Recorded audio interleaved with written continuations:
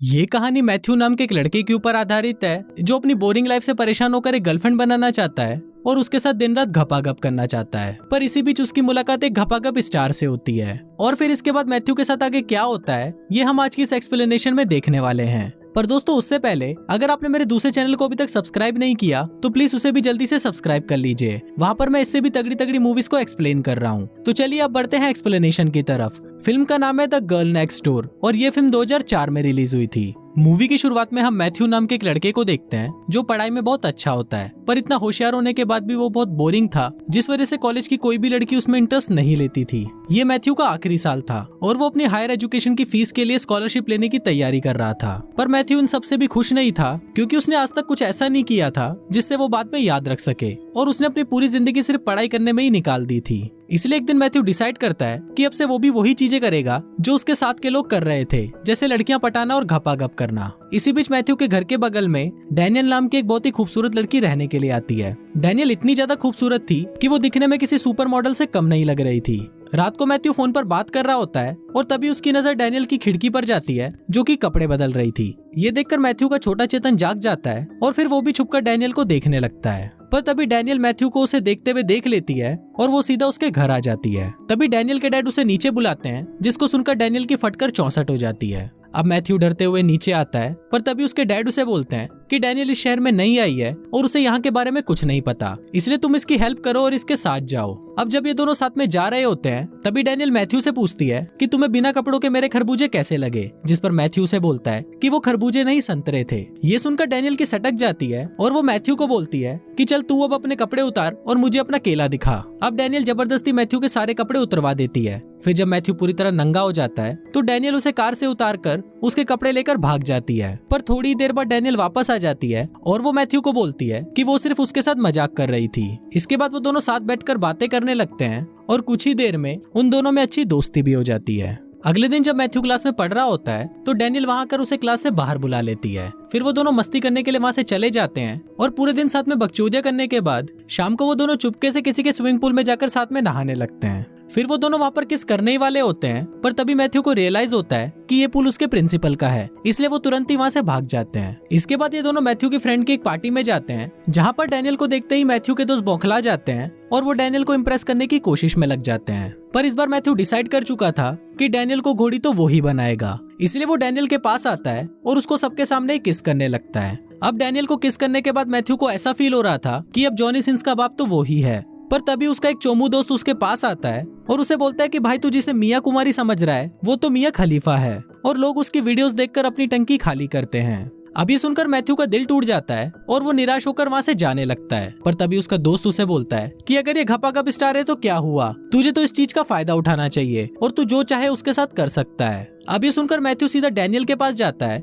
जो उसकी माँ के साथ बैठकर उसकी बचपन की फोटोज देख रही थी। वहाँ मैथ्यू डैनियल को बोलता है कि आओ मैं तुम्हें तारों के शहर ले चलता हूँ, और फिर वो दोनों साथ में एक होटल में जाते हैं जहाँ मैथ्यू डैनियल को घोड़ी बनने के लिए बोलता है। अब डैनियल भी समझ गई थी कि मैथ्यू उससे क्या चाहता है, जिस पर डैनियल उसे बोलती है कि तुम मुझे गलत समझ रहे हो, मैंने घोड़ी बनने का काम तो कब का छोड़ दिया है। डैनियल बताती है कि पहले मैं किसी के लिए भी घोड़ी बन जाया करती थी, पर अब मैं वैसा कुछ नहीं करती, और ये बोलकर वो डैनियल से नाराज होकर वहाँ से चली जाती है। अगले दिन मैथ्यू डैनियल से माफी मांगने उसके घर जाता है, जहाँ पर उसे एक और आदमी मिलता है जिसका नाम कैली था। मैथ्यू कैली से पूछता है कि तुम डैनियल को कैसे जानते हो, जिस पर कैली उसे बताता है कि मैं डैनियल का प्रोड्यूसर हूँ और साथ ही मैं इसका एक्स भी हूँ।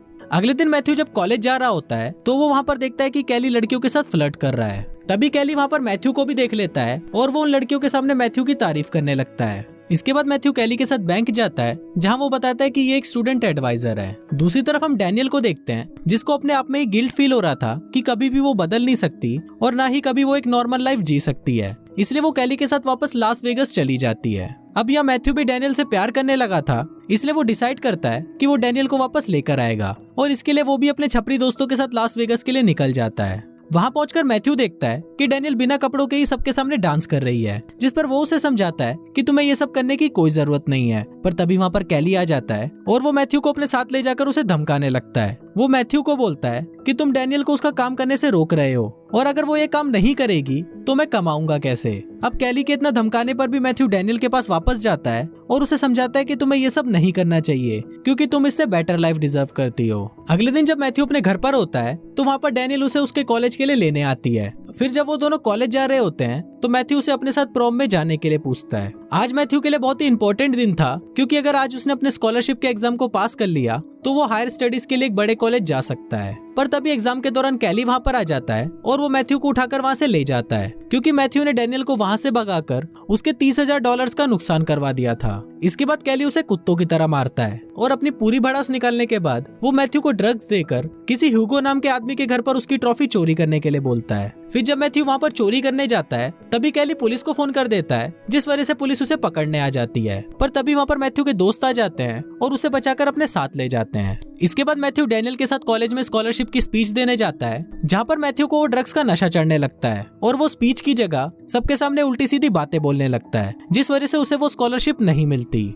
इसके बाद जब मैथ्यू बैंक जाता है तब उसे पता चलता है कि उसने जो कंबोडियन स्टूडेंट के लिए $25,000 का फंड रेज किया था वो कैली वहाँ से स्टूडेंट एडवाइजर बन के ले गया है। ये सुनते ही मैथ्यू शॉक्ड हो जाता है और वो ये बातें अपने दोस्तों डैनियल को बताता है, जिसके बाद वो सभी मिलकर कैली को सबक सिखाने का प्लान बनाते हैं। फिर मैथ्यू और डैनियल दोनों ह्यूगो के पास जाते हैं, जो कि कैली की तरह ही एक प्रोड्यूसर था। वहाँ मैथ्यू ह्यूगो को सारी बातें बताता है और उसकी ट्रॉफी भी उसे वापस कर देता है। फिर वो ह्यूगो को बोलता है कि अगर आप हमें $25,000 दोगे तो हम आपको दुनिया का सबसे बढ़िया घपाघप वाला वीडियो बनाकर देंगे। ये सुनकर ह्यूगो भी खुश हो जाता है और वो उनको पैसे देने के लिए राजी हो जाता है। अब सब लोग मिलकर वीडियो बनाने में लग जाते हैं, जहाँ डैनियल भी अपने कुछ दोस्तों को बुलाती है जो कि उसी की तरह घपाघप स्टार थी। इसके बाद ये लोग साथ में प्रॉम में जाते हैं, जहाँ पर सभी लोग सिर्फ उन्हें ही देख रहे होते हैं। तभी वहाँ पर मैथ्यू के कुछ क्लासमेट्स आते हैं और उसको बोलते हैं कि ये लड़कियां तो घपाघप स्टार हैं, जिस पर मैथ्यू उनसे पूछता है कि क्या तुम इनके साथ काम करना चाहोगे। अब ये सुनकर वो लोग बहुत खुश हो जाते हैं और वो मैथ्यू को हाँ बोल देते हैं। अब ये सभी लोग मिलकर उसी रात वीडियो शूट कर लेते हैं और अगले दिन जब मैथ्यू अपने घर आ रहा होता है तभी उसके पास उसके दोस्त का कॉल आता है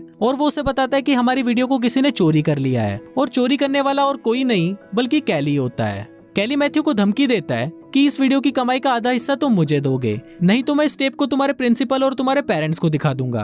पर मैथ्यू उसे मना कर देता है, जिस पर वो उस टेप को सबको दिखा देता है। पर जब वो वीडियो स्टार्ट होता है तो हम देखते हैं कि वो सिर्फ घपाघप की एजुकेशन वाला वीडियो होता है, जिसको देखकर सभी लोग मैथ्यू की बहुत तारीफ करते हैं। अब ये टेप ऑफिशियली रिलीज कर दिया जाता है और देखते ही देखते ये टेप मार्केट में बेस्ट सेलर बन जाती है। अब मैथ्यू के पास बहुत सारे पैसे आ गए थे, जिससे वो अपनी यूनिवर्सिटी की फीस भी भर देता है और वो उस कंबोडियन स्टूडेंट को भी स्कॉलरशिप दे देता है। मैथ्यू बाकी बचे हुए पैसों से अपने लिए गाड़ी खरीद लेता है और वो कैली को एक एक्सपेंसिव गिफ्ट भी देता है, जिससे वो दोनों अच्छे दोस्त बन जाते हैं। लास्ट में मैथ्यू और डैनियल भी साथ में खुशी खुशी रहते हैं और कुछ इसी तरह से ये फिल्म यहीं खत्म हो जाती है।